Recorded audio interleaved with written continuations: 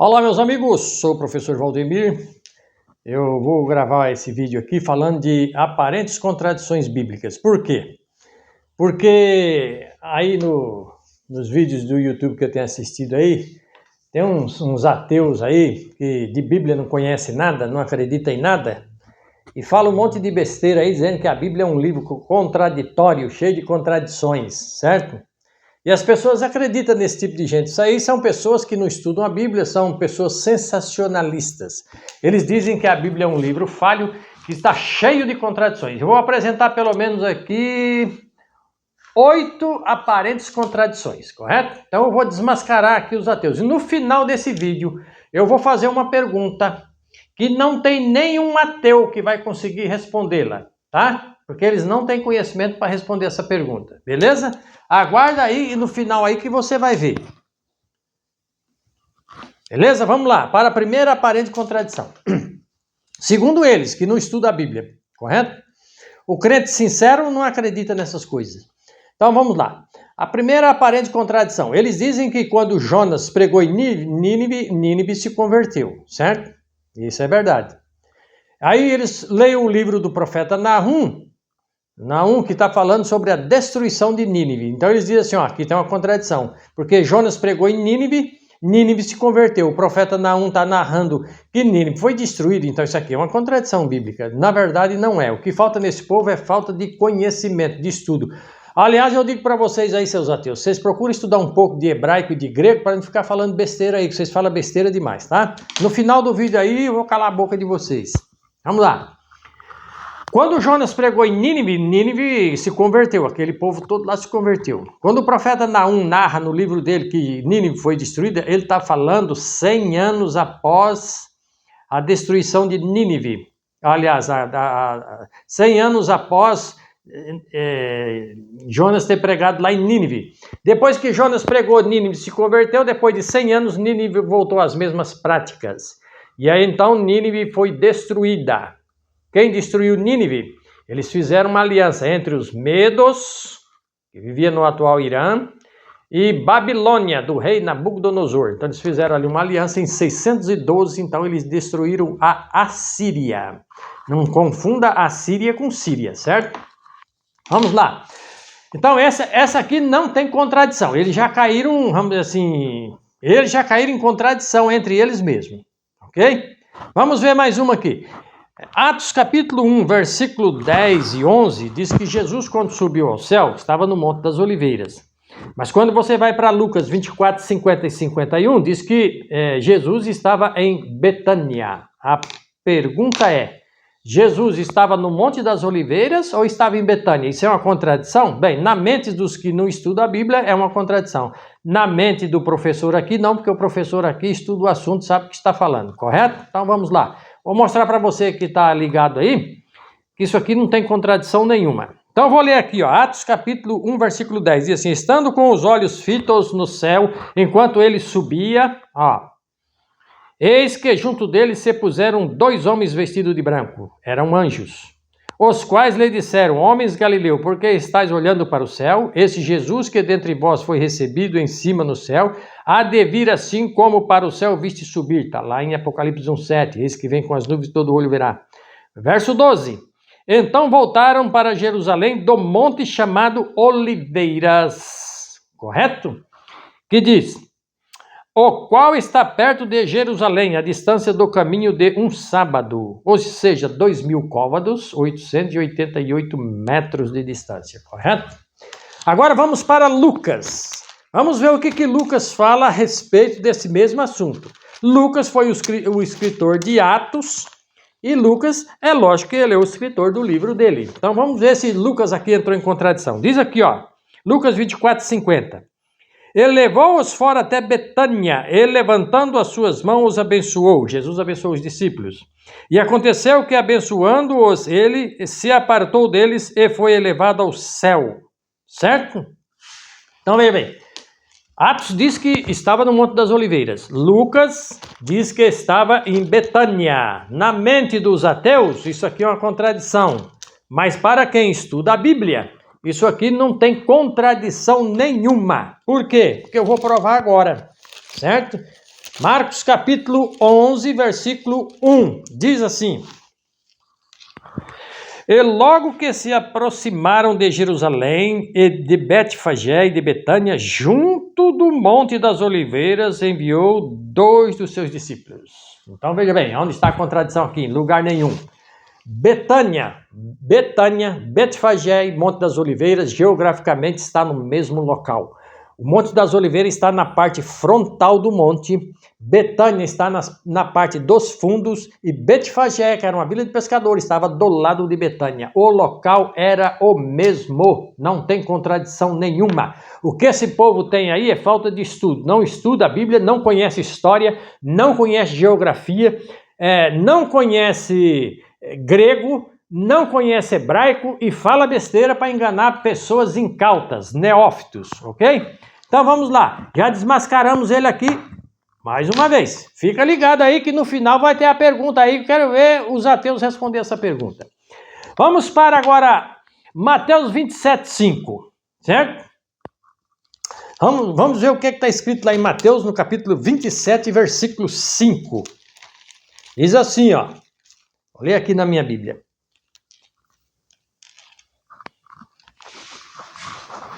Mateus capítulo 27, versículo 5. Aliás, vamos ler Atos. Primeiro eu vou ler Atos capítulo 1, versículo 18, porque a resposta vai estar lá em Mateus, certo? Atos capítulo 1, versículo 18. Marca aí na sua Bíblia aí. Vamos desmascarar esse povo aí que não estuda a Bíblia e fala um monte de besteira. Atos capítulo 1, verso 18 diz assim: falando de Judas, ora, esse adquiriu um campo com o galardão da iniquidade, e precipitando-se, rebentou-se pelo meio, e todas as suas entranhas se derramaram. Certo? Está falando de Judas. Agora, Atos 27, 5 diz assim, ó, e ele quem? Judas, atirando para o templo as moedas de prata, retirou-se e foi enforcar-se. A pergunta é, Judas se enforcou ou precipitou-se numa ribanceira lá e suas entranhas se derramaram? Os ateus dizem que essa parte da Bíblia está em contradição. Em contradição está a sua mente que não estuda a Bíblia para falar abobrinha, certo? Então veja bem, quando você lê Mateus 27, 5, ele está relatando vamos dizer assim, o fato que ele foi fazer depois de jogar as moedas no templo. Quando você lê Atos 1,18, ele está relatando as consequências, certo? As consequências depois dele ter sido se enforcar. Existem muitas coisas na Bíblia que a Bíblia não entra assim, em detalhes. Por exemplo, Judas se enforcou, é lógico que ele tem que ter amarrado a corda em alguma árvore. Ou o galho da árvore arrebentou e ele caiu no precipício, ou a corda arrebentou e ele caiu no precipício, um dos dois, certo? Então aqui não tem contradição nenhuma. Um está narrando o fato, o outro está narrando as consequências depois do enforcamento. Não existe contradição. O que existe a contradição aí é na mente desses camaradas. Vamos para mais uma aqui. Agora vamos para Romanos, capítulo 3. Veja o que diz Romanos, capítulo 3, versículo 10. Diz assim, ó. Como está escrito, não há um justo, nenhum sequer. Certo? Aí você vai para Hebreus 10, 38, lá está escrito assim, o meu justo viverá pela fé. Professor, tem contradição? Não. E o que é que tem? Falta de estudo, que eles não estudam para falar, vamos dizer assim, enganar as pessoas que não têm conhecimento de Bíblia, certo? Estou lascando o pau aí nesses ateus aí, e nessas pessoas que dizem que a Bíblia está em contradição, que a Bíblia é um livro cheio de erros, cheio de contradições, o erro está na sua mente, por falta de conhecimento, por falta de estudo, certo? Aqui em Romanos, Paulo diz que não existe nenhum justo sequer. Em Hebreus 10, 38, diz que o justo viverá pela fé. O que Paulo está falando aqui? Tem contradição? Não. Acontece que as pessoas lêem o versículo 10 de Romanos capítulo 3, mas não leu o 11 nem o 12. Diz assim, o verso 11 diz assim, não há ninguém que entenda, não há ninguém que busque a Deus, todos se extraviaram e juntamente se fizeram inúteis, não há quem faça o bem, não há nenhum só. O que é que ele está falando aqui? Acontece o seguinte, ele está dizendo que quando o homem pecou, o homem deixou de ser justo. não existe nenhum justo por sua, vamos dizer assim, justiça própria. O homem não tem justiça própria para se salvar. É disso que Paulo está falando. Eles pecaram, foram, vamos dizer assim, se distanciaram de Deus. Então, por sua justiça própria, não tem como se salvar. Quando Hebreus 10:38 diz que o justo viverá pela fé, ele está dizendo assim, justo é aquele que foi justificado. O que é uma pessoa justificada? Perdoado. Para ser perdoado, você precisa de quê? Você precisa de Cristo. Então, o que ele está dizendo em Hebreus 10:38 é aquele que aceitou Cristo, aceitou o sacrifício dele, foi justificado por Jesus, foi perdoado, certo? E agora ele vive pela fé. Romanos 3,10 está dizendo que o homem pecou, ele fugiu de Deus, ele sozinho não tem como ser justificado. Sem Deus você não tem como ser perdoado. É isso que ele está falando. Então aqui não tem contradição nenhuma, correto? A outra aqui está lá em Mateus, no capítulo 13, versículo 31 e 32, falando sobre o grão de mostarda. Vamos explicar isso aqui.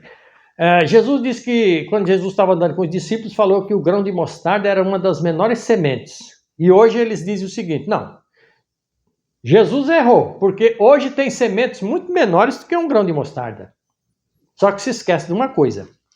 Quando Jesus estava falando do grão de mostarda, ele estava falando para a época dele, dentro da cultura que eles viviam, da cultura que eles conheciam. E na cultura deles, naquela época, o menor grão que tinha era realmente o de mostarda mesmo. Hoje, no universo, existem grãos menores do que o grão de mostarda. Mas Jesus não estava falando de grãos em todo o universo. Ele estava falando da época dele, para o local que eles viviam, na cultura que eles viviam. O menor grão era o de mostarda, sim. Jesus não estava errado, certo?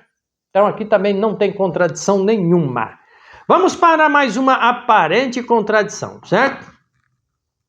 Vamos para Colossenses, capítulo 1, versículo 23, correto? Então, os camaradinhas aí, eles vamos ver assim, se espernear para poder responder uma pergunta aqui que eu vou fazer para eles, que eles não vão ter capacidade de responder. Segura aí, fica firme aí que o professor vai bombardear os ateus hoje, certo? E aqueles que acham que a Bíblia está cheia de contradição, a contradição está na mente deles. Colossenses 1, 23 diz assim. Cadê aqui? Colossenses 1, 23, aqui. Se na verdade permanecerdes fundados e firmes na fé, não vos moverdes da esperança do evangelho que tendes ouvido, o qual foi pregado a toda criatura que há debaixo do céu, do qual eu, Paulo, estou feito ministro. Em Mateus 24, 14, Jesus falou assim, estava falando do tempo do fim, da destruição de Jerusalém, diz assim, quando esse evangelho for pregado em todo mundo, então virá o fim. Aí eles dizem o seguinte, Paulo diz que pregou em todo mundo e o fim não veio, então a Bíblia está em contradição, certo? Jesus não falou a verdade. Acontece que quem não está falando a verdade é o senhor aí, o seu ateuzinho aí, que não estuda a Bíblia e fica falando abobrinha, certo? Então vamos lá. Quando Jesus falou em Mateus 24 que quando o evangelho fosse pregado em todo mundo, então viria o fim, ele apontou os sinais, não apontou? Guerras, rumores de guerras, pestes, terremotos em vários lugares, nação contra nação, reino contra reino. Eu pergunto, quando Paulo disse isso lá em Colossenses 1, 23, esses sinais já tinham acontecido? Não. Não tinha acontecido sinais nenhum disso aqui, certo? Quando Paulo está dizendo que ele pregou o evangelho em todo mundo, ele está dizendo o mundo que ele conhecia e por onde ele passou evangelizando, correto? O mundo greco-romano, correto? É disso que ele está falando. Porque se Paulo tivesse falando do evangelho em todo o universo, ele teria caído em contradição. Por quê? Porque depois que Paulo falou isso aqui, ele continuou pregando o evangelho. Então, se o evangelho foi pregado no mundo todo, por que ele continuou pregando? Ele tinha caído em contradição. Tanto é que a última viagem que ele fez foi para Roma. E lá em Roma ele foi decapitado por o grande imperador Nero, que morreu no ano 68. Nero suicidou-se, ok? Então aqui não vejo nenhuma contradição. Tem na mente deles, como eu sempre falo. Mas contradição aqui não tem, correto? Veja bem. Deixa eu arrumar o microfone. Veja bem, vamos para uma outra aparente contradição. Diz assim, ó, você lê Deuteronômio 14, Levítico 11, fala dos animais que são limpos e impuros, do que você pode comer e o que não pode. Eles dizem que isso aqui é lei de Moisés, mas a separação desses animais não foi Moisés que fez, foi Noé. Está lá em Gênesis capítulo 7, verso 2. Entrou na arca 7 pares de animais limpos e 1 par de animal imundo, que eles não comiam, não se alimentavam. Você vai para Coríntios 10, 25, Paulo diz assim, ide ao mercado e comprai de tudo sem nada perguntar. A pergunta é, Paulo está em contradição então agora? A Bíblia está em contradição com o Antigo Testamento? Não. Quando Paulo diz assim, ide ao mercado e comprai de tudo sem nada perguntar, Paulo não está falando de animais impuros. O contexto do texto, o texto é o que você lê, contexto é o assunto que o texto está trazendo. O contexto de Coríntios 10, 25 é animais sacrificados a ídolos, não é animal imundo, correto? Portanto, aqui não tem nenhuma contradição. Aí os evangélicos, que muitos não estudam a Bíblia, vai lá para 1 Timóteo e diz que pela oração pela oração é purificado. Está lá em 1 Timóteo 4, 5. Então eles falam, não, mas porque pela oração é purificado. Ô amigão, você que está falando isso aí, vai estudar a Bíblia, tá? Na palavra purificado, ela não aparece ali. O que aparece é a palavra santificado. E não santifica animais imundos. O que santifica são pessoas, porque em 1 Timóteo capítulo 4, Paulo está falando de diversos assuntos. E um desse aqui é a santificação de pessoas e não de alimento, correto? Vamos para a maior contradição que os ateus agora falam aqui, que está na grande contradição aqui na Bíblia. E tá aqui, deixa eu ver aqui, Gênesis capítulo 6, anota aí para você não esquecer, certo? Olha o que está escrito aqui. Gênesis 6:6 diz assim, ó.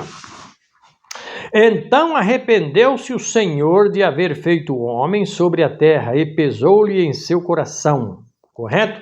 Se você for para Levítico 23:19, a Bíblia diz assim, Deus não é homem para que se arrependa. Bom, então a Bíblia está em contradição, segundo eles. Não está porque eles não conhecem hebraico. Se eles conhecessem hebraico, eles saberiam que a Bíblia aqui não tem contradição nenhuma. Por quê, professor? Porque quando você lê Gênesis capítulo 6:6, diz que Deus se arrependeu, porque Deus é onisciente. Então, se ele se arrependesse, ele não era onisciente. O verbo que traz ali em hebraico é nahan. Nahan significa tristeza, angústia. Foi isso que Deus sentiu quando o homem pecou. Quando você vai para Levítico 23:19, dizendo assim que Deus não é homem para que se arrependa, a palavra que aparece ali em hebraico, o verbo é lashuv. Lashuv em hebraico quer dizer retornar, converter-se. Eu pergunto, Deus precisa retornar, precisa converter? Lashuv é um verbo que é aplicado só para o homem. Nahan só é aplicado para Deus, porque Deus não precisa de arrependimento. Quem precisa de arrependimento é o homem. Por isso, então, quando você lê em Números 23:19, a palavra hebraica é shaluv, correto? Retornar, converter-se. Quem precisa converter é o homem, não a Deus. Agora vamos para a pergunta que os ateus não conseguem responder. Por exemplo, eles dizem que Deus não existe. A pergunta é, se Deus não existe, por que ele incomoda tanto vocês? Por que algo que não existe incomoda tanto vocês? Responda aí para mim. Eles conseguem escrever vários livros aí sobre ateísmo, dizendo que querendo provar a não existência de Deus. Eu pergunto para você, como é que você consegue escrever um livro de algo que não existe, que nunca existiu? Responda aí para mim, deixa nos comentários, certo? Você que está assistindo aí, compartilha esse vídeo aí com o máximo de pessoas que você, vamos dizer assim, puder, certo? E deixa nos comentários aí, os ateus estão certos ou estão errados? Para mim eles estão totalmente errados. A Bíblia tem contradição? Não. Tem mais aparentes contradições. Talvez eu faça um outro vídeo aí falando de outras aparentes contradições, que não é contradição, é aparente contradição, correto? Espero você no próximo vídeo aí, mas não deixe de deixar o seu comentário, beleza?